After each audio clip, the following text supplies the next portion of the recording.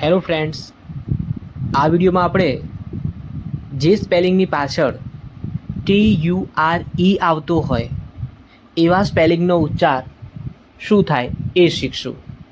તો નીચે તમે જુઓ, જ્યારે સ્પેલિંગની પાછળ TURE આવે તો એનો ઉચ્ચાર ચર થાય છે.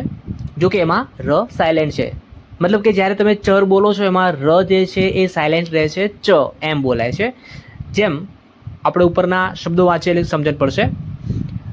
Nature, future, picture, structure, adventure, creature, capture, culture, lecture, manufacture, gesture, texture, fracture, furniture, signature.